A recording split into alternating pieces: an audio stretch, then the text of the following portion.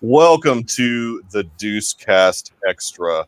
We are here, of course, to talk about not only the Loki season finale, not series finale, but also episode 12, of course, of The Bad Batch, that being Rescue on Ryloth. Garrison the Conqueror, thank you for joining us this evening. How was your week this week? It's great. I'm finishing up summer classes right now, so it's nice to take a little break in between projects and be able to talk about these two great shows that we had fantastic episodes for this past week. So yes, definitely. And as alluded to in the chat, the doctor is back. Yes. Dr. Earl, welcome back to the motherland. How are you feeling, sir? I'm a variant of Dr. Earl. You're a variant. I can believe I'm that. the Immortus variant. Yeah. The Immortus variant. I like that. And I mean, because he joined us for really most of the season of Loki, we felt like we had to have Nick back for the season finale. Welcome back, Nick, from Podcast of the Wills. Thank you, sir. It is a pleasure to be here, and it is a great honor to be here in the presence for the second time of the immortal Dr. Earl. The Immortus. That's right. Earl. The Immortus Dr. Earl. Yeah. I don't know anything, Nick. I just show up. Yeah, exactly.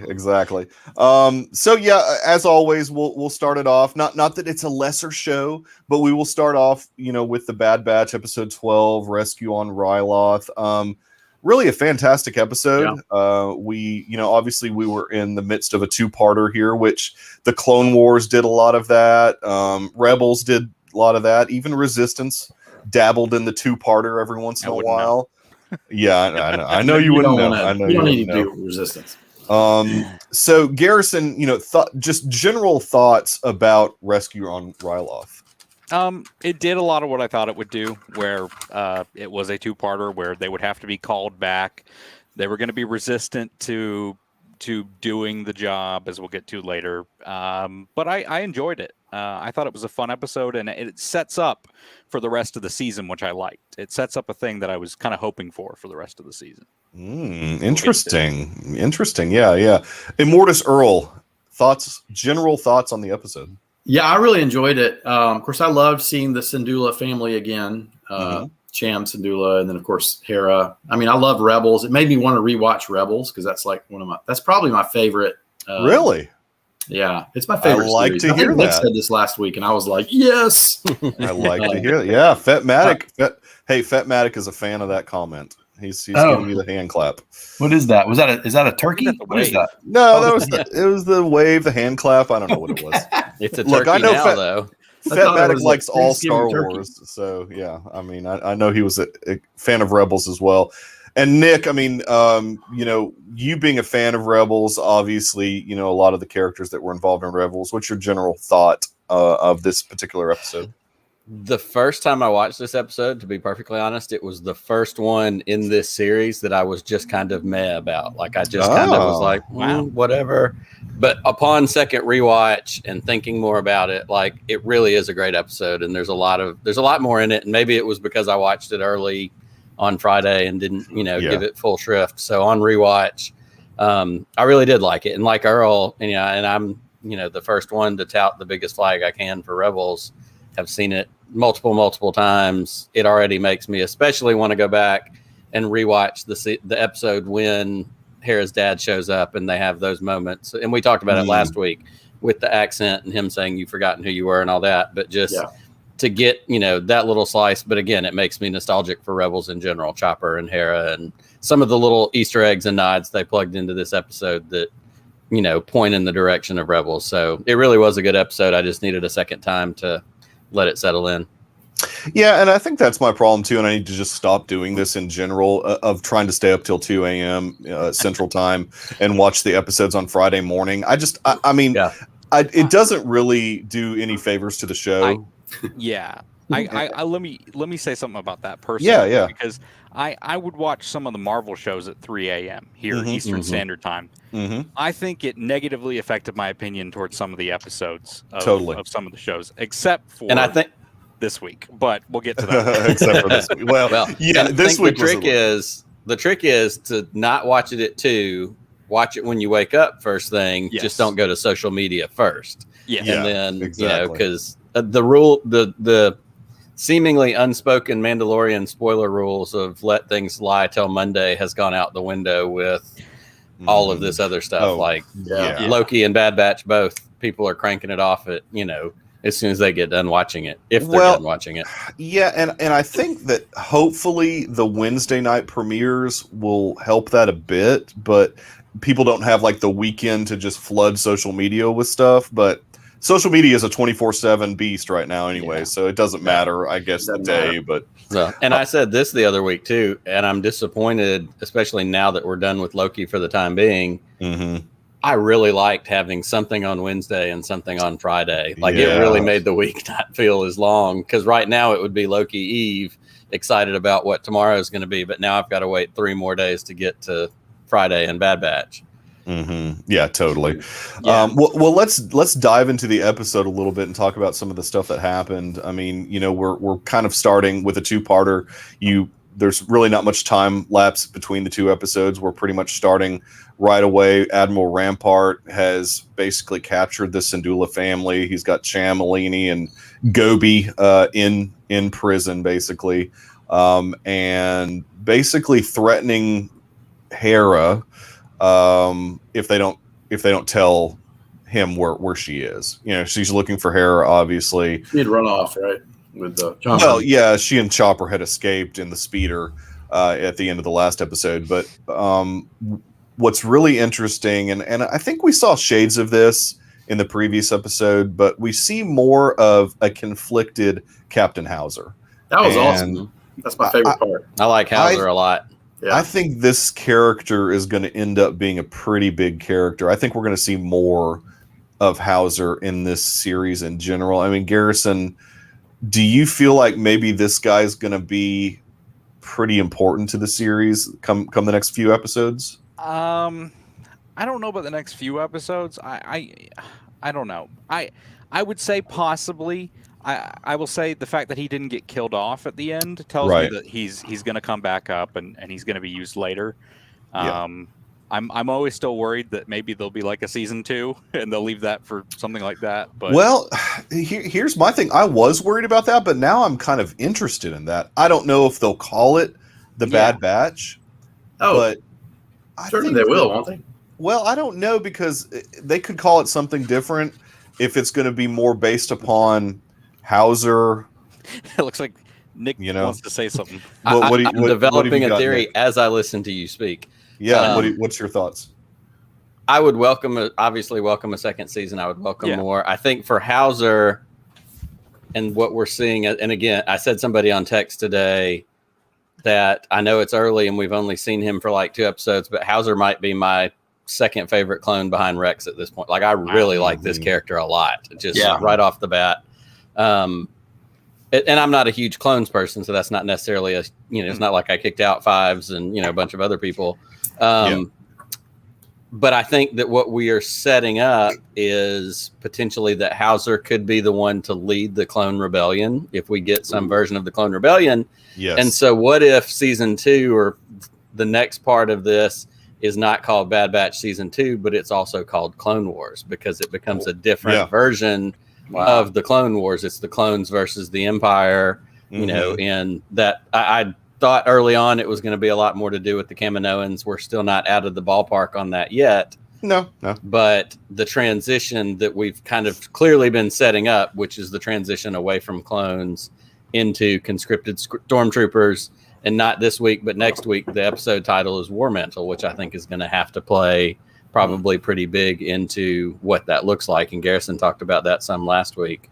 So I guess my very undeveloped theory is, some version of Clone Wars goes back to that title because it's a different take on the clones and the war that they're in. I don't know. They could call it Clone Wars Civil War. There you go. Or anything. I mean, like around that. I love that idea. I would only say that as a brand, you would want to at least keep it under the same tab. Yeah. So if I clicked on Bad Batch season 2, it could flip to that name or something when you click on it, but it still needs to be under there. Yeah. That's right. So. Yeah, Clone like Bad Batch Clone Rebellion, some sort of something yeah, like that. Yeah, I mean that's kind of what they did at the big. If everybody remembers the beginning of the Bad Batch series, they had Clone Wars burn out and Bad Batch show up, which I thought was brilliant. I thought that was really cool looking. And Earl, one thing that I liked about this particular episode is kind of like the shout out to A New Hope with the way that Hera contacted Omega. Right. She was she was doing the hologram action. Yeah. Squatted down. Yeah. Oh, and I even was at a point where I was like, I want her to say "You're my only hope." I really just wanted her to say that, and she didn't. So I was a little bit bummed at that. They didn't take it that far, but I thought that was interesting.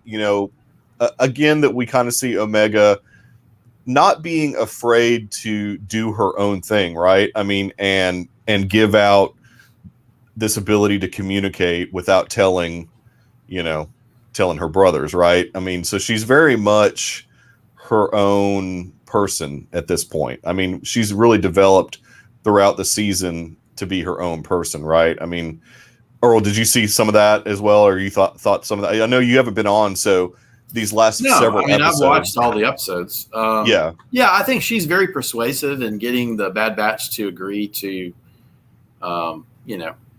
rescue the Syndulas. I mean, I think she goes, this is a family situation, and we're family, or however she says it, like her little Australian accent or whatever it is. New Zealand. We're family. That's terrible. That's not a very good imitation, by the way. Just think Korg, but. No, I'm just don't think Korg. Korg. And I love, and to kind of dovetail on what Earl was saying, I love what Omega's doing, especially as a dad with kids. She's doing what your kids do when they're like, but you said, like, when Hunter's trying to kind of put her off and say, well, this, that's only for emergencies. And she's like, sounds like an emergency to me. Like, I've had plenty of moments where I've said to my kid, we're only going to do it if such and such.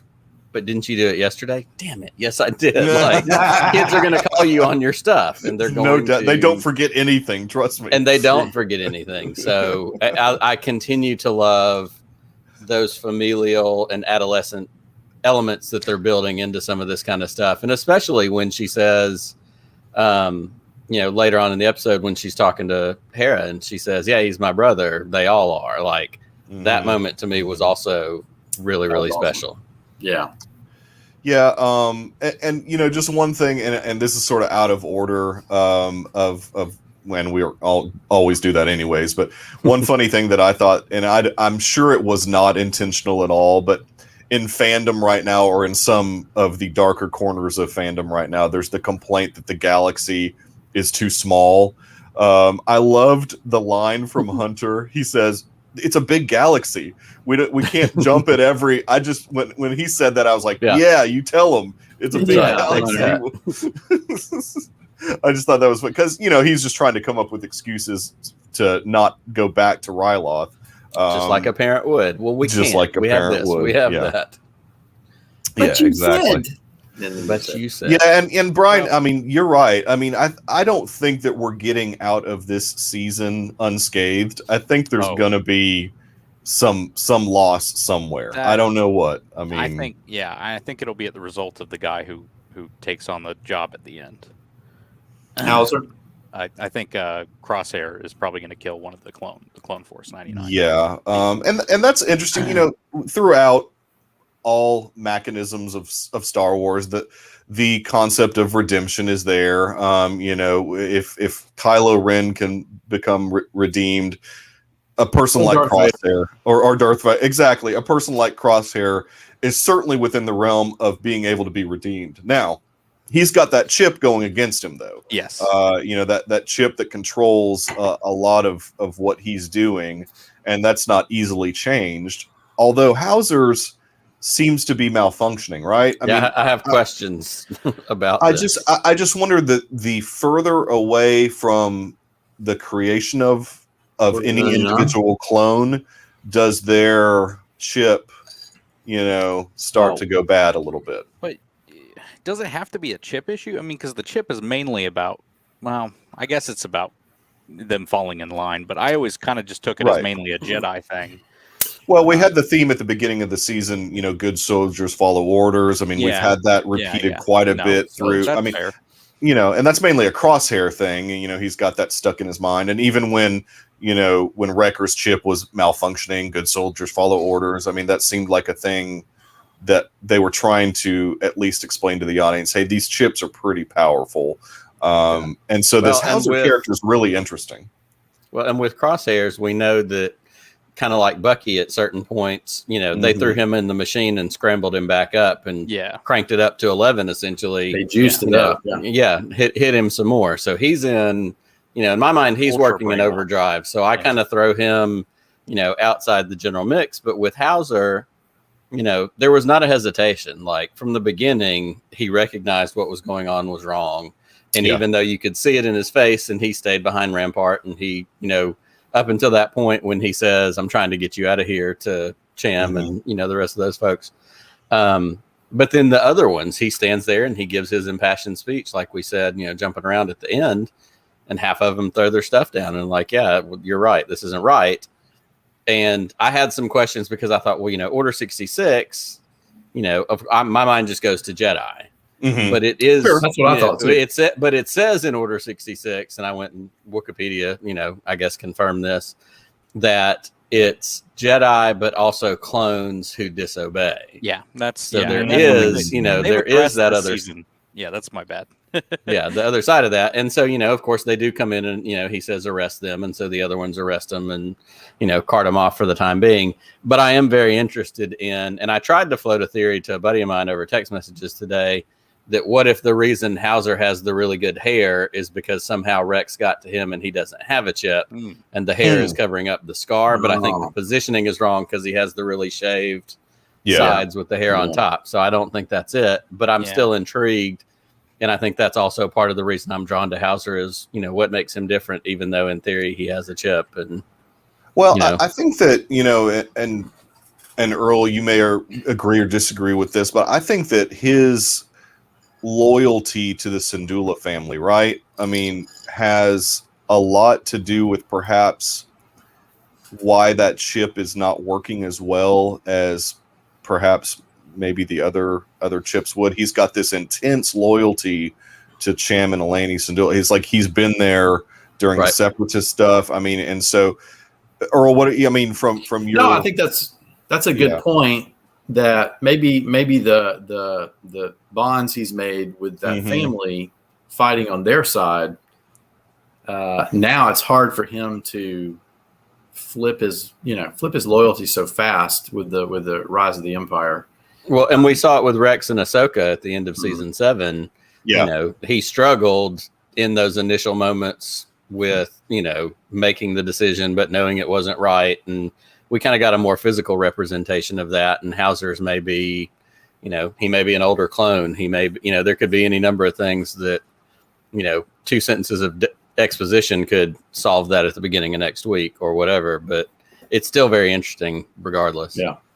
So, and Garrison, I want to hear your take on, since you're a person who hasn't watched Rebels yet, right? Okay. What are your thoughts like on? You need to watch Rebels. You do need to watch Rebels, but what are your thoughts in general, like on Hera and Chopper and their dynamic? I mean, that's a very Star Wars thing, to have the droid and the Yeah. I'm not gonna lie to you. It means nothing to me currently. I mean, like it looks like a fun robot. Fair, totally fair. Yeah, and a fun alien that maybe they're fleshed out more in Rebels, but right now I'm just kind of like, whatever, it's fine. Yeah, it's basic. It's basic. Well, I mean, weird sounds. It's very a girl in peril. I mean, yeah. At this point, that's all I would have taken it for. Yeah, I hadn't seen Rebels. I don't know though. I mean, she's pretty. I don't know. She's very much like Omega in as far as, and obviously she's a little bit older, but just in that way of being very motivated to prove, that the Empire coming in is not a good thing for Ryloth. Yeah, and when she flies the ship, that was probably the best part of the part of her part of the episode, I guess, to me. Yeah, when she takes Omega with her and they fly. and cause a distraction for the A big Empire. one. Yeah. Yeah. Yeah, those two together were fun. I mean, I don't know if it's.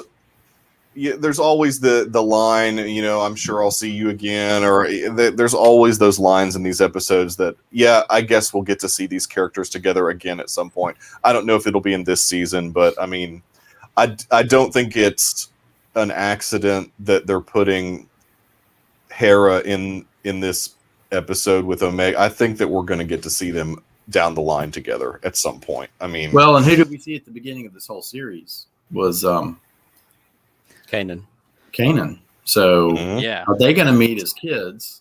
Well, no, they don't. I mean, if They you don't? follow canon, Okay. I mean, I don't no. If you follow canon in A New Dawn, they It's don't. a great book, by the way. It is a great book. It sort of shows like how they meet as Okay. adults.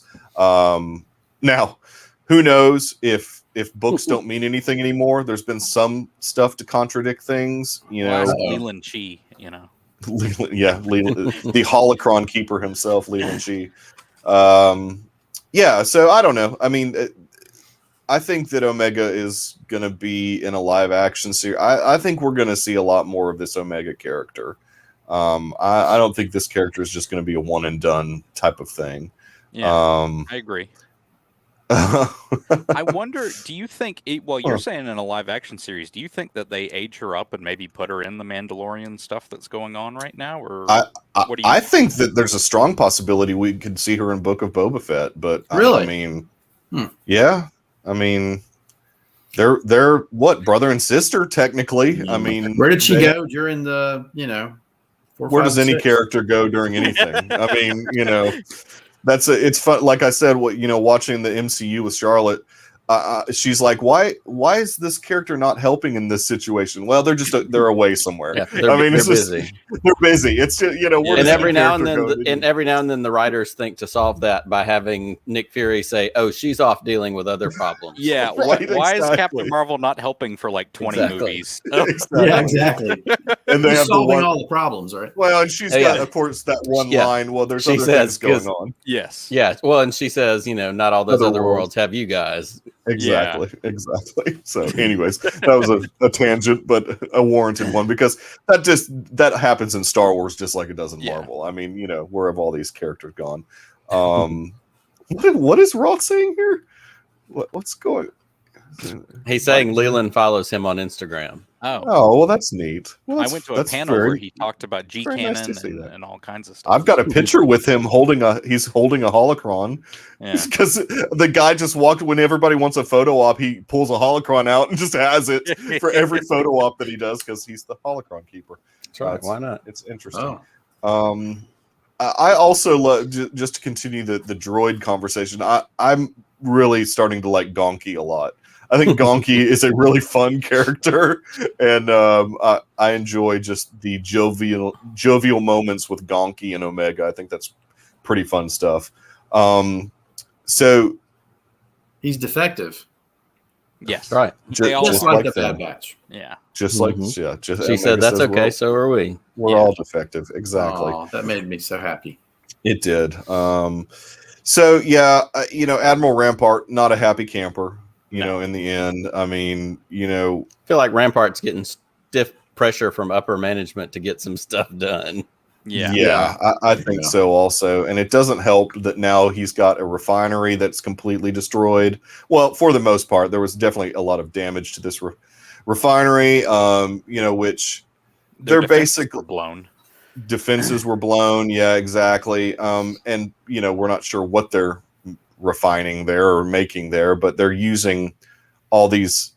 The Empire's basically coming in and using the resources of all these different planets to advance their, War machine, war mantle. Don't you War feel like mantle. there's about to be a situation where Tarkin is going to say, look, all these clone, we're using these clones, they're defective, there's civil war happening, we got to exterminate them. Oh, sure. And Yeah. No, they're not around by the time you get to episode 4, right? So yeah, in theory, I think we're but certainly gonna get some of that. I don't know and if they have that's- the guts to do something like a mass extermination, but yeah, they do. They did that too. that's pretty grim and dark. But hey, I mean, Episode They killed 3. younglings. I mean, They killed Yeah, well, that's younglings. true. They wiped out. all those people in the village in Pog- Force Awakens. They wiped out all the Poggles. They just like Mhm. burned that planet to the ground, basically. Whatever they're called, I Your don't know. face, Poggle. In your face, Poggles. Toggle the lesser. Poggle the no more. Yeah, no, they genocide's their thing. I mean, that's like their empire, especially That's their Tarkin. go-to thing. Tarkin is way into genocide. I mean, see Alderaan. He does not mind just destroying planets. So yeah, no, he probably doesn't even consider the clones people. I mean, in his mind, they're just a means to an end. They might as well be droids. Yeah, and when they don't start, doing what they're told, get rid of them. And he wanted the whole conscripted trooper thing from the beginning of this season, anyways.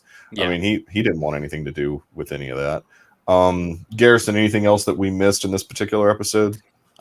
We just didn't. We sort of lightly talked about it, but Crosshair is going after the Clone Force 99, and I really like that aspect, because that's kind of what I figured would eventually happen. They're going to have to kind of come to butt heads eventually, and they've kind of been kind of like nudging each other a little bit along the season, and now he's fully going after him.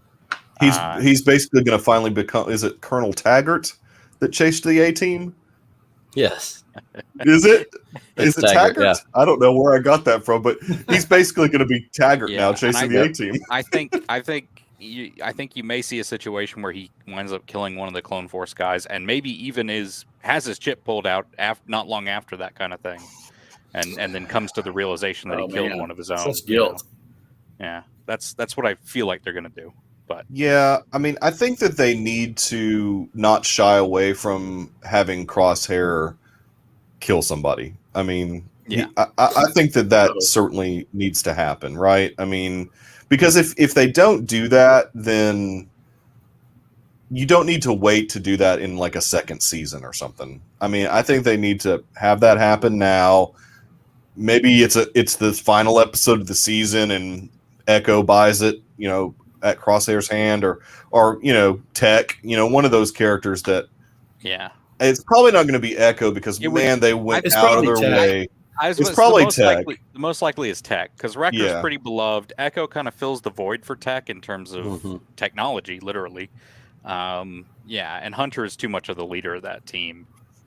Tech is your exposition guy. Man, if it was Hunter though, that would certainly be a heavy moment. Yeah, it's not gonna I think my money's on Wrecker. I don't. Yeah. Oh, you think Wrecker? I could see it being Wrecker. I think that could have a big impact, and Oh, it would on Wrecker so much. Oh yeah. That would tick her off quite a bit. DS type turbo laser. Yeah, Fetmatic knows all this type of stuff. So this is apparently the type of turbo laser that was on the refinery on Ryloth. Is he saying Death Star type turbo lasers? That was DS's. I think that's probably what he means. Death Star. Yeah. Interesting. Yeah. So yeah, I mean, they're milking the resources of all these planets. That's what the Empire does. I mean, if it's not something that they can get out of a planet, they don't waste their time with it. They're going to suck these places dry. Big time. Yeah. All the resources. The point. Yeah. Mm-hmm. Did they ever pay off Wrecker's fear of heights? He kind of got over that in one episode in a way. Jacob, why don't you parlay that with a bunch of stuff from Bad Batch? Bet on Hunter. Yep. Roth and his gambling habits. So, unless anybody has anything else, I think we go ahead and do it. I think we move into I have two quick notes. Yeah, 2 quick notes. Do it. And as somebody who has seen all of Rebels, and this is before Rebels, at some point, can somebody get Chopper a can of WD-40? Because that thing rolls around and squeaks. First time you've ever seen him. Ever. And that's just a little silly thing. And then the other one I loved was kind of the twofold thing that also points to Rebels with Hera. When they kind of make the plan to go rescue her parents, it was her plan. And that was who we get of Hera in Rebels, is she's the team leader. Here's what we're doing. Here's where we're going. You do this, you do that. And so he kind of says, I had it written down here in my notes. It's her first mission. He said, I guess we'll follow your lead. I think Hunter says that to her at some point. Yeah. I do think it's funny when they're dividing up the teams that he takes Echo with him. Mhm. And I thought, how are you going to make the guy with one hand have to climb the side of the building? But I guess, you need Wrecker to go blow stuff up. And then the other part of that with Hera is when she says to her parents, Tech taught me how to code the ship so that it's unrecognizable. That's a very Rebels Ghost thing. I think even in the first episode, this ship scrambles the signature. So you can't, it's just those neat little nods to who Hera is going to become. And for those of us who only know her as an adult and the leader of the Ghost crew, it's just fun to kind of see those little seeds planted where they come from. Yeah. That's good. Yeah. Very, very, very good. Okay. Well, on that note, we're going to shift over to episode 6 of Loki, the series finale for All Time Always, which is a thing that I absolutely love that they say. And I've got a lot of cool notes on this, but I'm sure everybody else does as well. And I guess before the season even started, there had been rumors that there was going to be a second season of Loki. There had kind of been some stuff out there on the interwebs that Tom Deadline put it out there. Yeah, Deadline had gotten a scoop, and Tom Hiddleston had even mentioned it at some point. But the reveal was very cool, the way they did it at in the cut scene at the end of the episode. The way the episode starts, really interesting.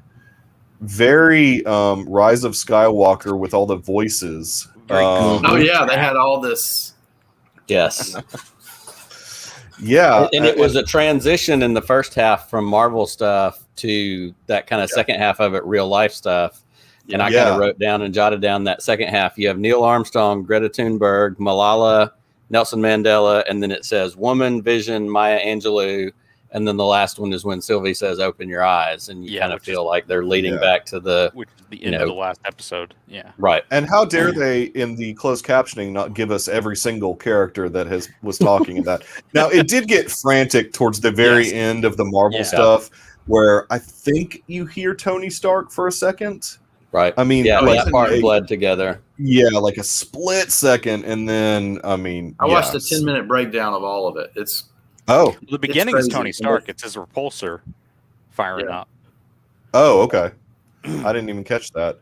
But yeah, I wrote down, we hear, I think Sam was the first voice we hear, right? Sam Wilson was the very first voice we hear, if I'm not mistaken. I didn't mark those down that well. Yeah, it was Sam Hope, Black Panther, Ant-Man. Then there was "Let Me Put You on Hold." I wasn't sure who said that because Tony Stark in Civil War. That's Tony he's talking to Ross. Yeah. Okay, and then we've got Peter, Thor, Cap, Hank, Captain Marvel, and then there's a I know, which I couldn't catch who said that, and then Loki and Korg. I'm glad that I know is Captain America in Endgame. Okay. He was a reply to his line, "I can do this all day." That's I know.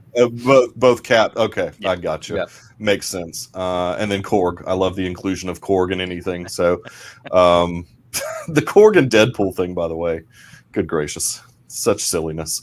Promoting Free Guy. Yeah, I think it's great because you got Taika and you got Ryan on the project, and it's just so meta as Green Lantern characters. That's right. Yeah, we so forget weird. that, don't we? Yeah, it's so weird. So yeah, gosh, who do I want? Garrison, start us off, and let's kind of try and go in chronological order because there was a lot of stuff. So go ahead and start us off, how the episode starts. Well, after that little montage, you get a beautiful shot. Beautiful. You can see where they put a lot of the budget of the show for the CGI. A beautiful shot of this castle on kind of a comet with the timeline going in a circle around them. Yeah. It cuts down to them, cuts to the title card with the theme music. They're at the front of the castle. Sylvie's kind of collecting her thoughts because she's been waiting thousands of years for this moment. Right. Yeah, totally. And she even calls Loki on that. Give me some time here, buddy. Yeah. Yeah. Give me a second. The door, of course, with kind of the trope, it opens itself. Of course. And they go in the castle. Lo and behold. Well, it's like what the Citadel at the end of time is what Yes, this the is Citadel at supposed the to end of be. time. Yeah. Mhm. It's this beautiful black marble with gold cracks in it looking castle kind of. Time cracks. Yeah, there's something they're saying about that style, like it's patched together, like maybe it's been ripped apart before. But that's also a certain culture's style of, I don't know. There was a name they gave it in one of these things I watched. It's the kintsugi, which is the same thing that they did with Kylo Ren's helmet in Rise of Skywalker, and it's the Japanese art of pottery healing where they put it back together and they use gold. Yeah, and so you have the pottery with the gold, like it's a traditional Japanese something. And so in Rise of Skywalker, you have Kylo's helmet with the red, the red welds by the monkey hands man or whatever he was. And so, it very much had that same kintsugi feel of that castle and like those gold cracks or whatever they were. Yeah. That's cool. That's a cool thought. I mean, because that's one thing that I noticed, like the outside really cool looking, but when you get inside, there's a lot of like random broken things, as they're walking there's through. Theories about that. Well, and I want to hear all of them because I don't know any of them. So we get inside there and we get the not very welcome jump scare at 2 a.m. Hey y'all, dude! I don't always get freaked out by jump scares, but I think I was just a little too tired, and I was that got this me minute's jump scare. Yeah, look, she's fantastic. Also, it's Marvel, and I don't expect a lot of jump scares when I'm watching Marvel. So there was an interesting conversation that Miss Minutes gives them. It's kind of I've seen some other people say this, but at the moment I was kind of thinking it too. It's kind of the temptation. Yeah. It's kind of the Adam and Eve moment for them.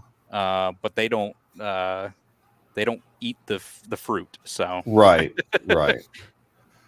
Yeah, that's interesting because that really happens kind of twice in the episode if you think about it. I don't want to jump ahead to the conversation that they end up, having again, but did the poster change behind you, Michael? I mean, it's been changed since the beginning of the episode, but yeah. I mean, I did change the poster out. Yes. Thanks for noticing. What is real? Exactly. It's the crack in my wall. I don't know. Did it?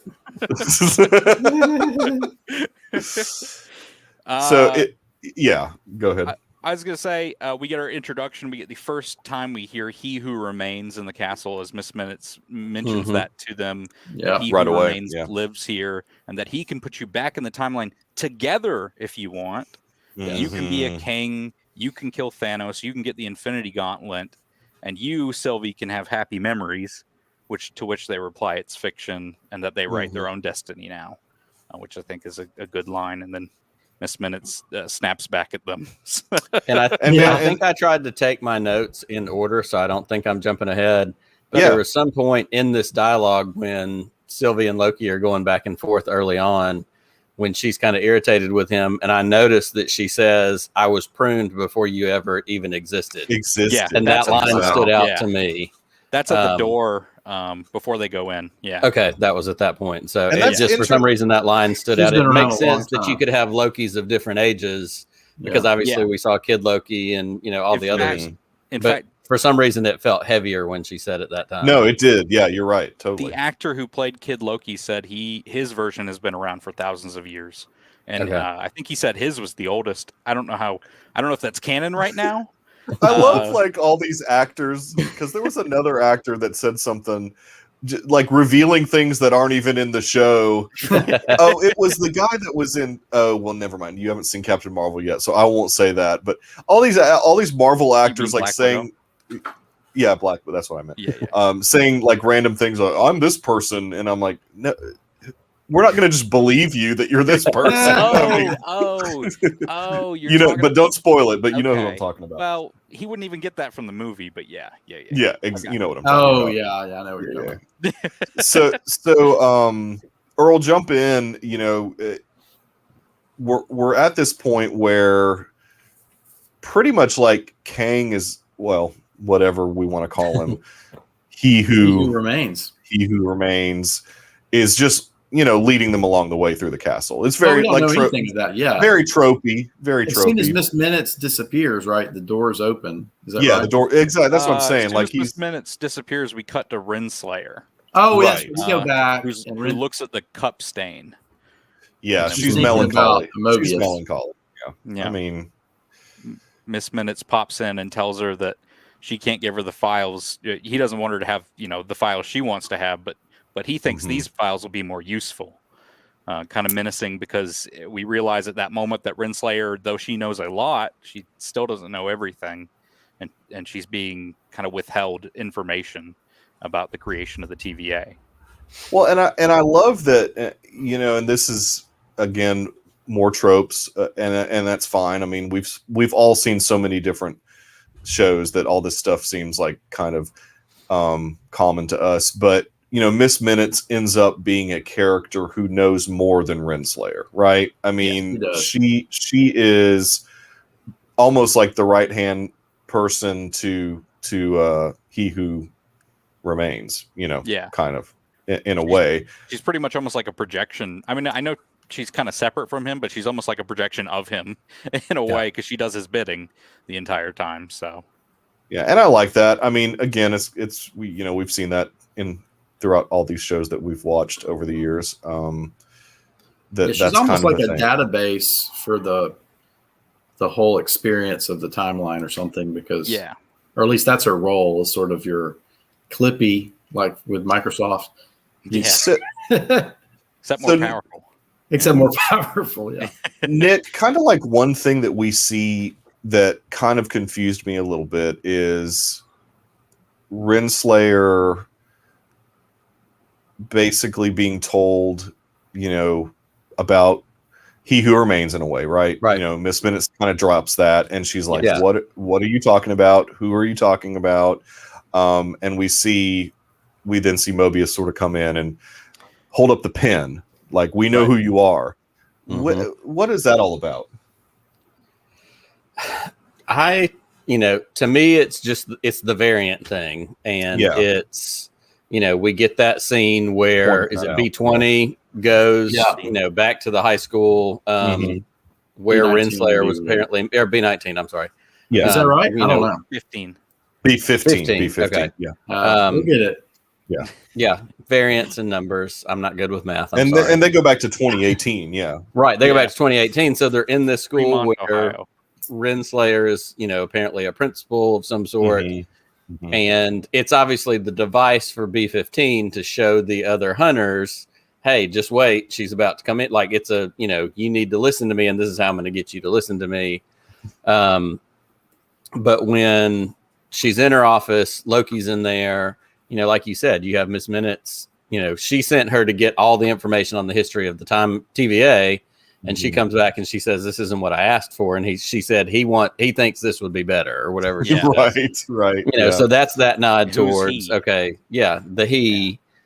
But she's figured something out, because by the time that whole thing is over and she's done talking to Mobius, when she goes through the door, she says, she's off to look for freedom, or off to. I don't know. In search of free will, which means search of free will. Which means she's going in search of the person above, because she directly said before that he was the only one who got free will. We're gonna have a moment when they fall in love, I think. Yeah, well, for sure. I mean, whatever variant's going to be there of the Kang character, probably the more evil one. Yes, I think the evil Kang is gonna. Right. Yeah, we're gonna get a really evil Kang, and also which we'll get to in a minute. Yeah. I think the high school scene, somebody said they were raising funds, and that maybe it was during the blip. I saw somebody say that. I don't know. I'd have to think. 2018 would have been that time frame. I did write down her real name. See, I tried to figure that out on the diploma in the back, and Victoria, I could not. It's Rebecca Tormenet. Tormenet, which is another name. Another name she has. It's an alias she uses in the book, in the comic books. Yeah. Interesting. Okay. So different in the MCU, she actually is Rebecca Tormenet. But in the comics, it's an alias. So. Okay. Or is it also an alias in the MCU? It could be. I don't know. Look, that's the problem. That's the problem with Kang is he's so Right. convoluted in the comics at certain points Yeah. that you've gotta rein some of that back for the movies. You can't be like, this is 7D chess. So before Yes. before we jump into the He Who Remains The big conversation, reveal. The big reveal. just in general, like, had any of you seen Jonathan Majors in anything before? No, but I want to see him in everything now. Okay. He was great. That shows me Fantastic. how you're going to answer my next question. It's interesting. I mean, some things that I'm reading are people were a bit annoyed by the characterization and the choices he made, which, obviously that's the direction he was given. I saw Defy Bloods, so I did see him. Okay, so you did see him in something. Okay. Yeah, I had watched him in his Emmy-nominated performance on that HBO show, Lovecraft, and he was Country. pretty all over the place in that show also. So this was completely normal for me. I mean, this is like, this guy's very versatile because I've seen him in some other independent films. He's really subdued, and he's kind of like all over the place. And I just think he's a super talented actor. I thought he was very magnetic, and I thought he had a lot of subtlety, and it feels like he has range. And this is the only thing I've seen. Very much, and this isn't the end. Yeah. Let me say this: it felt like he played it like a theater actor, and I liked that. And he is. Yeah, that's what I felt too. I liked that for the episode. I have to say, at a certain point, when I realized this episode was going to be so talky. Right. I was like, I'm glad Jonathan Majors is playing this character, because if there was a worse actor doing this performance, I probably wouldn't like this episode. But I loved this episode because Jonathan Majors keeps you engaged in all that dialogue. He totally took, Well, and he's really good. Obviously, he had the apple as a prop, and I mean, just like he really utilized everything around him to deliver a really magnetic performance. I felt very vindicated. Tuesday night, we literally were fresh off a show where I was like, he's going to show up. I'm just going to call my shot. And I know, and I was like, no way we're going to do that. I was shocked. I was literally shocked. It worked well for me. I was like, whoa. 2:59, he shows up on my screen, and I am, yes. Well, I blame WandaVision for my hesitation on saying that the big bad is going to show up like right away. I thought WandaVision, I thought Agatha was the bad guy. In Falcon and the Winter Soldier, I thought Sharon was the power broker, even though it didn't make sense to me personally. Right. And I thought Kang was the bad guy for this. So I'm 3 for 3 so far. 3 for 3, baby. Where's Mephisto? I never did Mephisto. It's so funny because there's so many articles, like, clickbait articles out there. This is why they should have had Mephisto in WandaVision. It would have made it a better show. And I'm like, nah, what? It wouldn't have mattered. No. It would not have mattered. Well, all right. WandaVision was WandaVision was a much more subdued show. Mm-hmm. There were some big things that happened in there, but it was much more about the character of Wanda Maximoff. Mm-hmm. This show is a lot about the character of Loki in many different ways, but it also with that last episode felt kind of like a trailer for Phase 4. Mm-hmm. It felt like this is what's happening in the future, and we'll get to why that is. So. Yeah, and if you don't like one of his performances, just wait. There'll be another Kang that comes along that you might like that performance. Yeah, but that's almost an inversion of what he says in the episode. Yeah. Just wait. You'll see. Let me say this. I think the writing of this episode, Michael Waldron actually wrote part. To me, so I'll be honest. There's been a couple of episodes this time that I was just like this. And some of it's been the Loki Sylvie discussion, like talking. I thought, who's writing this? It's like, here's a comment, thud. Here's another comment, thud. You know what I'm saying? Like, there was some really I was like, this is not very good writing. And then this episode, to me, vindicated the whole series because I feel like I didn't really like how Tom Hiddleston was playing it a little too, I don't know, lovey-dovey sort of. I know he's had a transformation, but I've not really loved some of these episodes. Like, I thought 5 and 3 were pretty meh. Wow. But which one had the extra Lokis? Was it 4? That was 5. Oh, well, I did like that one, but maybe it's 4. I'm thinking. Anyway, but this one to me vindicated like everything because Jonathan Majors just like took it and went off with it. I know that's not going to be a very popular opinion, but no. Well, I think the writing here was more Marvel-esque to me. Waldron wrote the pilot and he wrote the finale. And those were both good. Obviously, he was the writing team. He was a part of the writing team. Sure. But they had different writers doing those episodes. Well, they need to fire some of those writers, but that's another story. I'm pretty opinionated. There were some. I will agree. Episode 3 was a step down personally, but I've loved most of the series. There are some moments here or there where I'm like, but episode 6 definitely knocked it out of the park. It was great. It was great. It's the best finale of any of the shows so far. As a viewer, it's tough to come into a situation where you've got so much, not necessarily baggage, but you've got so much of what you think as a viewer Loki should be like. And because you've seen Loki go through all this stuff in the movies. Yeah. And then it's hard to immediately switch and think about this particular Loki not having gone through a lot of that and just having to just watch it on a TV screen himself and figure out, oh my gosh, all this stuff happened to me.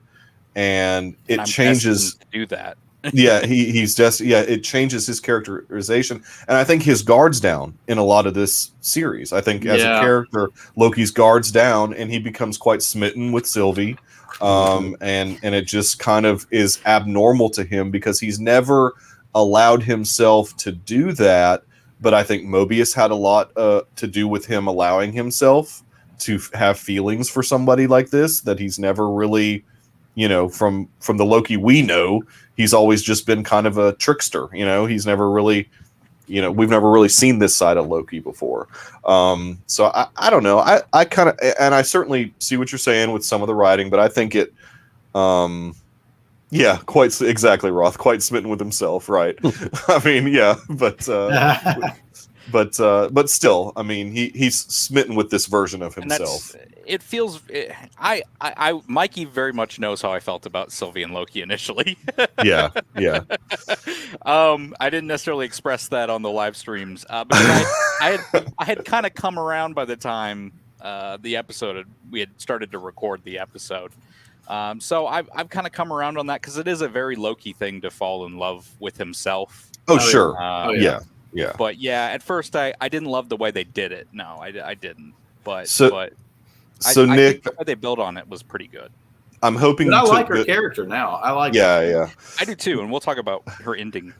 Oh, yeah. Nick, I'm hoping that you took good notes to walk us through some of this encounter that they have with He Who Remains. Well, I took 2 sets of notes because I took notes when I watched it last week. Yeah. And then I forgot where I put those notes. So I took notes when I rewatched it today and then I found them. So there you go. I have both sets of notes. It's like this says the complete opposite thing. That's right. What am I even doing here? I really like, and for me, and I'm a sucker for dialogue, so I end up pulling out like phrases, sentences, things that the characters say that either I want to pick it apart or I just like the way it sounds. Yeah. I do like, and I feel like this is definitely something in Garrison's territory. He's kind of talking about himself and telling the initial story of the multi-universes and all that. And he says, Parallel Universe's 31st century scientist, Nathaniel Richards. Mm-hmm. And so we get, that Richards name drop, which, factors out somewhere along the line to Reed Richards and, some of the and other, a lot of other things too. Yeah. Maybe. And a lot of other things that I don't know about, but that's the connection that I made. Can we talk about the convolution really quickly? Please. In the comics, we don't know that he's related to Reed fully. He could be related to Reed. Sure, same last name. Yeah. He could also be related to Dr. Doom. Right. We don't know. Well, I mean, and the last name makes most people think he is related to Reed. Reed Richards. And if they go a certain way with one of the versions of Nathaniel Richards, that is Iron Lad one of the younger versions. Right. Yeah, one of the younger versions, which Iron Lad is the leader of the Young Avengers. Yeah, he's a good guy. And he's a good guy. And really, Immortus in a way is a good guy because the Timekeeper, at least in the comics, not necessarily in the series, but the Timekeepers in the comics sort of task Immortus of sort of maintaining this timeline, and not letting it go crazy, right? Yeah. So if this He Who Remains is closest to the Immortus version, I think that's kind of what they're going for. I think he's a mixture. He's wearing the outfit. Yeah, I think he's definitely a mixture of Immortus and He Who Remains. And he's wearing the purple cloak and green underneath. Yeah, he's definitely a Kang, but then I've seen a lot of people be actually online about it. Well, you mean the comic book nerd guy from Simpsons?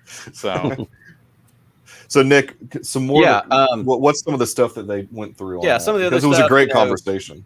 Well, and again, he's laying out and he's using like the kind of weird sand people figures on his table to illustrate what he's talking about. Black Panther type stuff. It was very Black Panther feel to it. Oh, I didn't put that together. Yeah. But he talks about, he asks him, he says, "You come here to kill the devil, right?"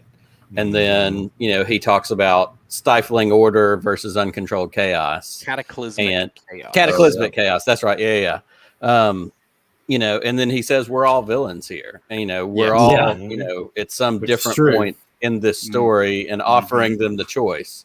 You can kill me and all hell's going to break loose, or the two of you can take over because, again, in one of those kind of Jonathan Majors acting moments, he goes, "I'm tired. Like, I've been doing this and I've known everything. So that's how I've been able to." He puts the paper in front of him, essentially is like, "These are all the things that are going to happen. I already know you're going to try and hit me. You're going to try and stab me," until he gets to that moment where all of a sudden he can't see it anymore. And I love that too. Where they cross the threshold, basically. The threshold. When he's looking around going, "I don't know." Yeah. I loved the choice aspect of the episode. Yes. It creates a moral dilemma for the characters in which you see Loki thinking about it logically and Sylvie thinking about it with vengeance in mind, because that's her whole character in the show, is just to kill the person at the top. And it's a real geopolitical argument that happens in the real world. If you get rid of the dictator, what fills the void in another country? It could be someone worse in some aspects. And I read something. Go ahead. Kang says that he's been through it all, and that it's the only possible option is the TVA in place. Now, I disagree. I think we're going to find out that the Avengers do something and kick his butt eventually. And sure, yeah. But right now, he believes that is the only way to go about it, and I agree with Sylvie that free will needs to happen. I don't blame her for killing him, though you can see at the end of the episode she doesn't have the satisfaction, because she realizes that it's not over yet. Because he's like, "I'll see you soon." Yep. Yeah. She realizes he wasn't lying at that point. Yeah, I love their whole sort of courtship fight where, Loki was trying to like tell her how much he cared about her. Right. And then, but they can't trust. What was the thing about trust? You can't trust and I can't be trusted. Exactly. Yeah. You can't trust and I can't be trusted. And that was. Can you guys tell how many times I've seen this? No, I mean, but that's true. I mean, that's a Lokiism, though. I mean, he can't be trusted. Nobody ever trusts him. And Sylvie's thing is not trusting. Before he met all these people, he didn't trust a lot of people.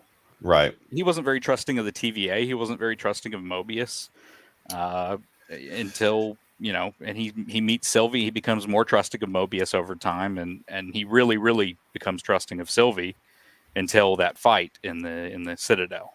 Well, and I like the other part, and I read something about this today that kind of cemented it in my mind. What you were saying, Garrison, about the kind of the geopolitical struggle aspect of it all. And unfortunately, the culture that we live in right now, and especially the people on the internet that have had too many Red Bulls, want to paint this as, oh, this is another TV show that's right versus left. And the article I read today, it's not horizontal, it's vertical. It's top versus bottom. It's the dictator at the top versus the people at the bottom who want to have free will and who want to choose. And so to look at it as a spectrum that doesn't go this way but goes this way, had a lot of, like you said, stifling stifling order, cataclysmic chaos. No, it's the whole Saddam Hussein argument. If you get rid of him, does someone else, someone else takes his place? Are they worse? Right. What comes in behind? Yeah. But so I really like that aspect of it. And again, I love what you said too about the choice aspect of it. Like, you get a choice, but you're going to have to deal with the consequences. And we get to see the beginnings of dealing with those consequences. Like you said, she stabs him. She gets what she thinks she wants. And at the end, she's sobbing on the floor because it turns out not so much. Yeah. And that, and of course you can do that when you're setting up a second season. It's also that moment of sometimes you think when you're going to complete this thing that you're going to feel really satisfied. And I think a lot of us in our lives have completed something that we didn't feel as satisfied with. We realized we maybe shouldn't have done that, and I do think Sylvie should have done that. I think free will was the right option. I think there needs to be another way to get around that. But I also think Loki was correct to say maybe we should talk about this. Right. Yeah. Slow it down. Let's talk about this a little bit. Yeah. No. I mean, I think he was right too. And I find this to be sorry to interrupt you. I find this to be more of a conflict to me than the Civil War conflict. Team Loki and Team Sylvie I find more of like, I can see where you're both coming from. Right. Than in the Civil War movie. Yeah. No. Yeah. Totally. Yeah. It wouldn't have been a very interesting series if it was just like those two ruling the TVA. No. Right. For the rest of the time. Right. That was never going to be the end game of this series. I don't think. I mean, I don't think that's the way that they were ever going to go. And I think I said last episode, I didn't think Sylvie was going to end up doing anything that was opposite of what she thought she wanted to do, which was in the end kill whomever the big bad was. That's was always on her mind. Nothing was going to divert her from that as much as Loki was trying, and he pulled every trick. The sword in front of his neck, slow it down. I mean, he pulled the kiss. I mean, he pulled every trick out of his book to try and get her to divert, and she wouldn't. I'm pretty sure what he did at the end was he had a projection that she hit with her magic. And he was actually standing in front of the desk, or at least ran in front of the desk. Yeah, that wasn't him fighting her at that point. And then he came in. Yeah. I like that, even though I was like, how did she stop the blade? Good Lord. Oh, yeah. Sylvie is the French Revolution, and Loki was going for more of an American Revolution type of revolt. Yeah, makes sense. The shedding of tears for somebody. Like, he was trying everything basically, to try and get her to divert from her goal. He told her how he felt about her. And it wasn't like a that was big. I want you. It's I want you to be okay. Right. Right. And I think that's important. I mean, I think that's so very different, and I think that's why Waldron is successful in what he was trying to do in this first season. I mean, he's a good writer. Yeah. I mean, it's easy to just call him the Rick and Morty guy, but I think the dude's really talented. I think he's good. I think he's really good at telling a story. And I don't think that, and he's good at paying things off in the moment too. I not just in the moment. I mean, I've been rewatching the first 2 episodes with my mom. There's a lot of things that did come up that came back up in episode 6 that I didn't even remember. Yeah. The stain stuff, the rings, the circles, the coffee circles or whatever. That was in episode 2. Yeah. I mean, so it's crazy the amount of stuff they. In other words, I'm really ready for whatever Star Wars movie he writes. Yes. Star Wars. Hey, he's doing Doctor Strange in the Multiverse of Madness as they opened up the multiverse. What? The shirt's already there. Yeah. Well, and speaking of that, I saw somebody posted online. Apparently, they were at a movie theater somewhere, and there's a Spider-Man poster. Oh, the fake ones? Well, I don't know because this was it was video on a video screen. It wasn't just like a static picture Photoshop. Okay. It was like the kiosk, like in the movie theater, they had like 3 digital things. Is that fake too? Yeah. There's been unfortunately there's been a couple movie theaters that have put up fake posters because they're sick of waiting. That's in Europe though, right? That's not in. One was Italy, one was Delaware. Delaware. I think Italy, the Delaware one is the one that I saw, but they're just tired of waiting for marketing material. Yeah, seriously. We need something to fill the. Yeah, we're like, hey, this is coming in December. Let's put something up. That's crazy. Well, they got me too, so good job. Yeah. No, yeah. I mean, I always get taken in by Spider-Man in December. That's awesome. It is December 17th. Yeah, December 17th. If everything, they're apparently not doing reshoots, but they're doing pickups or something right now. Yeah, I mean, they're doing pickups with Daredevil. Every film does. Oh, spoiler alert! What's his name from? Okay, Charlie Cox. Charlie Cox. Every modern blockbuster does some form of pickup / reshoots nowadays. For sure. And Charlie Cox had to cancel an event he was going to be at the last second for rescheduling of shooting something. And I wonder what he was shooting. I mean, Well, I just watched. What was the one where they go to Europe? Far From Home. Yeah. I just rewatched that yesterday, and of course the ending part with Jameson and the whole deal. Like, it makes sense that Charlie Cox would be his lawyer. Like, if that was, who's going to help me? I love the idea that. If he's going to have a lawyer, Cox, great defending lawyer. Maybe She-Hulk, but maybe she's a prosecutor. I don't know. So we'll see. Oh, that'd be interesting. Anyhow, I don't think she'll be. I've gotten us off track. I don't think she. No. Well, I mean, and we've covered a lot of the episode. The speech and all the stuff.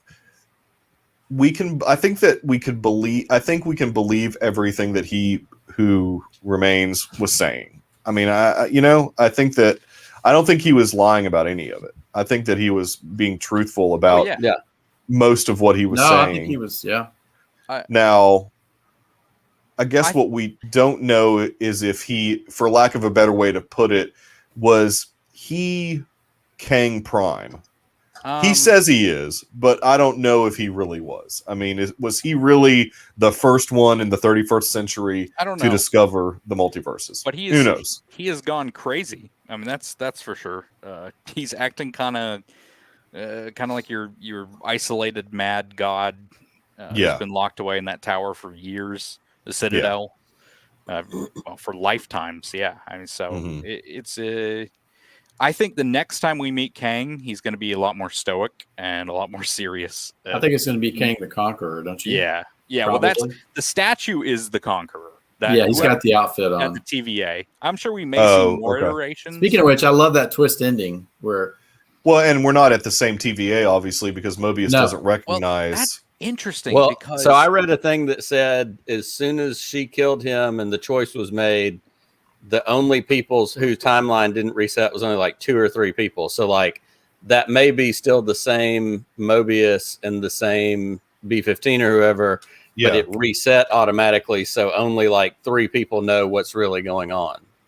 And the reason the Kang statue is there is because Kang already won the war, and that's who's ruling the TVA. That's something that the director, I think, Kate Herron, who's not going to be back for season 2 because she wants to do other stuff. But, sure. She was talking about. I think she was asked whether or not that was a new TVA, which I think is hard to sell because TVA exists out of time and space. So making multiple TVAs, you would just have to explain that in the dialogue somewhere. Sure. But she said she personally thought it was a different one, right? Or if it was a different one. I think she said I think she said it could be one or the other, and that you should wait until season 2, blah blah blah. I think they've got a plan for it. Oh, they don't want to reveal what it is yet. They want you guessing on what it is.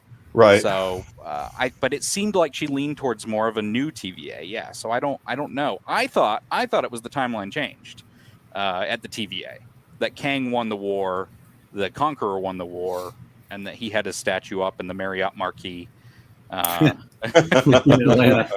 In Atlanta, yeah, exactly. and instead of the dogma, the 3 space lizards, statue. Yeah, it was him. It was just he was just putting his face out there. So yeah. Oh, and that was He's another fine. cool little tidbit is that Jonathan Majors voiced the Timekeepers. Yes. Yes. I thought that was pretty. Oh, So he yeah, actually yeah. made his first appearance in episode 5, not 6, or whatever. I'm actually. Maybe we should have noticed that. We should have looked in the credits, been like, "Who did the Timekeepers?" They're not. Oh, I don't think they they're not- showed it. Yeah, I I don't know think- they're not credited in episode 5. We should have at that point been like, "What's going on?" What's going on with this? Exactly. All right. So, what? Any other notes from either of you gentlemen that took notes? I have got a million notes, but Do let me check. You know, he talks about the paving the road stuff. I've got a bunch of just quotes here. Mhm. So let me throw a note out there. There's apparently in Ant-Man and the Wasp, when they're in the quantum realm, that Mhm. there's a scene where you can see a city Yeah. in a cloud that some Oh. people think is the TVA or possibly Kang's Or Bespin. There have castle. been a lot of there have been a lot of rumors that that was going to be an important city in the future, Yeah. and that it could be the TVA, and that would tie in well Mhm. to because it would be kind of sort of outside time and space. Oh, so here's Quantum Roth's. realm- Yeah. TVA Quantum and the realm, quantum realm. Yeah. Does have time flow, so that would be a lie that the TVA workers just didn't know about. But Mhm. time works differently in the quantum realm as well. So yeah, that would make sense. And Kang is going to be in Ant-Man Quantumania, So that Yeah. makes perfect so sense. yeah, I could see that connection. Yeah. 2023. And then Lando Calrissian shows up. It makes the Bespin connection. Yeah, Or it just becomes Quantum Leap. Exactly. And we see Scott Bakula show up. Scott Bakula's That's back. right. Sam's there with his little calculator. What else, Garrison? Um, Any other? cool the The notes? intro, I just saw this as I was looking at some stuff. Yeah. The intro was an homage to Contact yes, Oh, okay. with all the voices and the Oh, that's going right. through. Oh, see, I Contact immediately was like, person. oh, they're just doing they're doing the Rise of Skywalker thing. the contact portion is really the portion when they cut away from the MCU voices and they get Right. to the Neil Armstrong. It's very much Right. in the style of the Robert Zemeckis intro of Contact. Yeah. I need to rewatch Contact because when I Context was a watched good it movie. initially, I was just underwhelmed. So I need to rewatch it. I mean, I like the movie, but I have a hard time with Jodie Foster. yeah, I need to rewatch it Yeah. and see what it's all about. I guess the only other note I really had that we hadn't really touched on in some Mhm. way is towards the end. It's my last note. I know Kevin Feige, when he first talked about these shows, he said, we want you to be able to go into the movies without having to see all the episodes of these shows. And Come on. I have to say, you can. I imagine you will be able to go into Multiverse of Madness without having to see Loki. Right. But this is such an important episode towards that journey that if you're a huge MCU fan, you need to be watching these shows. Well, and I think that he knows that by saying something like that, he's covering himself from any of the casual viewers that don't even have Disney Plus for whatever reason. But he knows all the diehard fans are watching this show some way or the other. I mean, just like with Star Wars. I mean, yeah, you can enjoy the movies without having watched any of the live action shows, but the It's live canon. action shows, are better. they help things. They make they enhance the experience. But yeah, I mean that's kind of why I hesitated to just go all in that Jonathan Majors was going to be in this series. Like I was really shocked that they. Well, But it's so, not like the guy won't do TV. He did Lovecraft Country and's got an Emmy nomination for it. So it wasn't that aspect. It was just like, are they really going to throw us this particular character now when the thought is that he's going to be really big villain in the movies? It's so perfect though to me because they didn't introduce Kang the Conqueror. Right. I mean, right, they did right. introduce Kang. I will stick to that. A version They of didn't Kang. introduce He who Kang remains. Conqueror. Mhm. And so, unlike Thanos, where you just kind of get teased, or he's sitting in a chair in Guardians talking about paving the starways with your blood and stuff like that, this time we get a kind of a weird, goofy, eccentric, god-like character who has introduced us to the fact that other versions of himself are villains and if you kill them, you bring in those villains. And those villains are going to be a big part of the MCU. I think it's a great introduction because, again, I think it's another way that when you see him in Ant-Man and the Wasp, if you haven't seen Loki, you can probably understand Ant-Man and the Wasp okay, and then be told, hey, this guy was introduced in Loki, why don't you go watch it? And then people will get more of an appreciation for these characters and the upcoming variants of Kang. Well, yeah, and it's funny that, he very specifically says, I've been called a ruler, a conqueror. A jerk. Yeah, he who remains my favorite a jerk. I'm hoping Scott Lang calls him a jerk. Or something. They need to go back to that. They need to tie that back together. That would be good. Great. All right, let's go through, final thoughts. I mean, Garrison, we've gone through a lot of it. Final thoughts of Loki, the series, Loki, this episode. This is my favorite MCU show so far. Right on. It is. I want to wait for a rewatch, but it is close to cracking my top 10 of the MCU of all time. Wow. I would. That's high praise. I'm all about this show. I'm all about the writer of this show, and mostly Michael Waldron and Eric Martin. I think those are the best two writers on the show, and they're coming back for season 2. Good. So that makes me happy. And they're and Waldron did Doctor Strange in the Multiverse of Madness, so I'm excited for that. I'm just excited about the future of the MCU now that we've opened up this multiverse. We've got What If coming up, Spider-Man coming up, Doctor Strange. I'm going to guess Ant-Man probably since Kang is there, and more. Do we think Eternals is going to touch on any of this stuff, or is it going to be a standalone? I can't figure that out. Yeah, I think that's going to be. I think that's going to be more one and done. I think that. Well, I think some of the characters are going to carry over to the Avengers from Eternals, but I think that's going to be more about their story than anything. Yeah. I don't think it's going to be multiversal.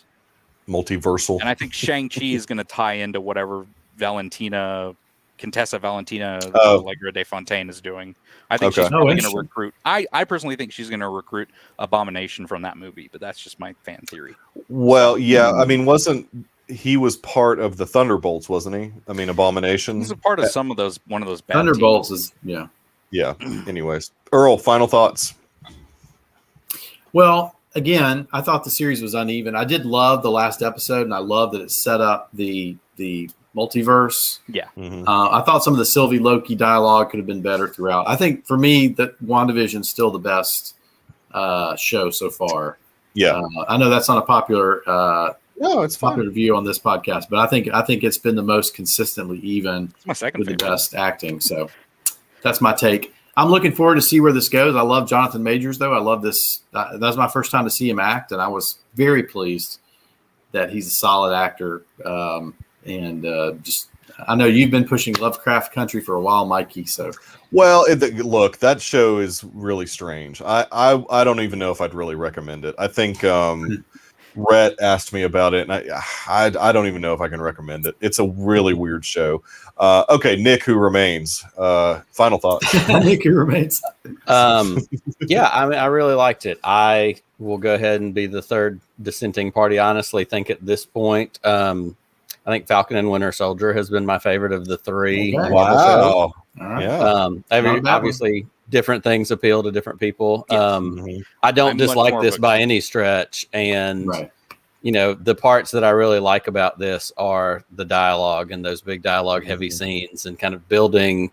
I'm a sucker for lore, so I love the lore that was built in this. Yeah. I love WandaVision a lot. I love all three of them. So there's not any of them that I dislike. But if I was going to pick one so far that has spoken to me the most, honestly, I think it's the social commentary in Falcon and Winter Soldier speaks a lot to things that are important to me and that I think a lot about. But yeah, this show's fantastic. I can't wait for more. I wish the rumors were true that they shot 12 episodes and only did 6 and that they've got 6 more waiting, but I don't think that's the case. No, they're going into production in 2022. I know that for sure. So we're going to have to wait on it. But yeah, it's, I will rewatch it again soon. Start over, and I've watched each episode 2 times, but I feel like now that I've got the big picture, it's time to go back and do like Garrison was saying and pick up the things in the first and second episode that tie into the 6th episode. So, yeah. And I might have to rewatch just to get a full perspective. Well, yeah, I'm definitely going to rewatch. I've got to rewatch Falcon and Winter Soldier, and I've got to rewatch this since watching through the MCU with my daughter. So she wants to go back, and now that she's seen Black Widow, she wants to find out what's going on. And look, she's getting an authentic experience. Pre-pandemic, Black Widow was supposed to be the first Phase 4 thing. That's true. Yes, that's true. That's very. You're really doing it right. Exactly. We're waiting, so we got to watch those. I just as far as what my thoughts, I mean, I'm going to be really wishy-washy and say that I've enjoyed aspects of all 3 series thus far. I think each series I've said, oh, this is my favorite, this is my favorite. So I'm not going to do that again. I'm not going to say that Loki's my favorite, but I've loved aspects of each show. I mean, I think that as far as Loki is concerned, never knew that I would love Owen Wilson so much in an MCU show. Love that Mobius character. Love Owen Wilson in the MCU. I think it's fantastic. We're going to get more of him. I loved Richard E. Grant in this series. Yes. He was so over the top. It was so fun.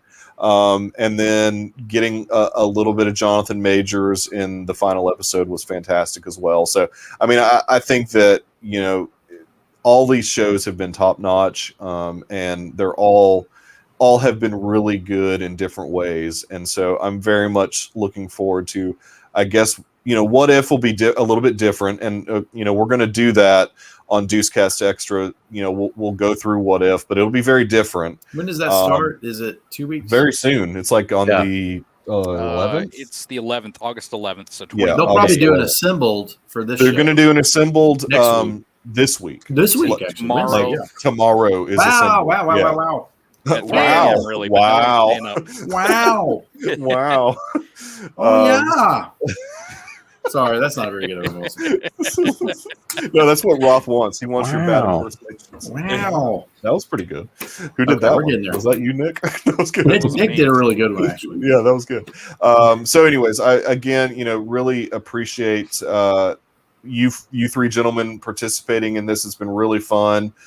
Nick, I think I'm going to give you a reprieve and bring you back for the finale of Bad Batch. So I'm going to let you chill for a couple weeks, take in the rest of Bad Batch, and then bring you back for the finale. I'm here when you need me. He's the one you need. Since I'm talking about Nick, where can the people find you on the interwebs? Absolutely. Twitter, Facebook, and Instagram at WillsPod. YouTube is youtube.com/podcast of the Wills. And I am in the Deucecast Discord as Hank Spaceman. That's right. Or as they say in 30 Rock, Hank Spachimin. Exactly. But I would love for everybody to check out Podcast of the Wills. This past Sunday night, we had Patrick Kottner, who is a talent and coordinating producer for Marvel. He has also done stuff with Upright Citizens Brigade, the George Lucas Talk Show, the Chris Gethard Show. He had some really great stories to tell. The YouTube, of course, replay is up. The audio version dropped yesterday. And this coming Sunday night, we have David and Timothy Drennan. They are a father and son who have a podcast called As Father and Son. It's a Star Wars podcast. And I have had them both on individually, and they're both a lot of fun. And so they're coming back on together. I'm calling it a crossover episode. We're going to do some fun kind of like father-son newlywed game versions of like Star Wars questions and who's your dad's favorite this. And so just have some fun with it. Talk about their story as Star Wars fans and kind of learning that from a son learning it from his father. So it's going to be a lot of fun. Sunday night, 8:00. Would love for people to check it out. It's always fun. It's fun to participate in the live chat on those. I always really enjoy watching that show live. So I think everybody needs to do that. I know because this crowd especially responds well when I give Mom CU plugs. Mom CU is still on a hiatus at the moment. My daughters are in their play that opened last week and runs through this weekend. So once the play ends, hopefully we will have some more time in the evenings to crank out some Mom CU episodes. And it's killing them right now because Thor 1 is what's next. And my daughters are incredibly obsessed with Thor and Loki at this point. So they really want to watch it, and they really want to watch it with their mom. So our first available opportunity, we will get back into Mom CU. We've just had a delay because my children have decided to be actors. There you go. As they should be. Garrison, where can the people find you on the interwebs? You can find me on Twitter at SUPASH3. You can find me on Letterboxd at GRyphon, and you can find me on the Deucecast Discord as well. I'm GRyphon3. So awesome. And Dr. Earl, we know you're mostly off the grid. I'm in the quantum realm, the multiverse of madness. I go by many names. But you are in at the end of time. That's right. You are in the Discord, right? Not that Discord. Yeah, you are. Every once in a while, you hang out in there. You've got your own room that you really need to participate more in. People are clamoring for the pretentious corner, and they're begging for you in there. I haven't watched enough pretentious movies lately. Yeah, I know. I've got to get back into that. I've been watching some pretentious movies, and some really weird Altman movies. Altman's a weird director. And he's pretentious. So. That's right. That's right. You can find me on Twitter, mostly at the Michael Nip. I'm other places as well, but I do have Letterboxd. Of course, there's the Deucecast Discord.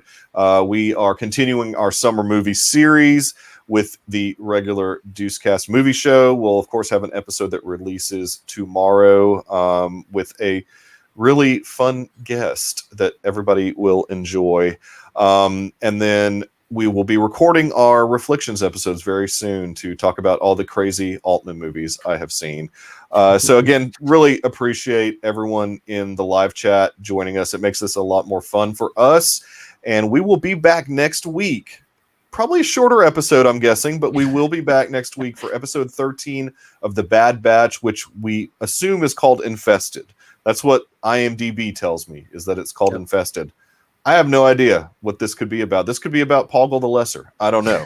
I'm just like parallels with bugs. I don't know. Like a baby Poggle. Yeah, like a baby Poggle. Exactly. So, again, thanks everybody for listening, and we will be back next week.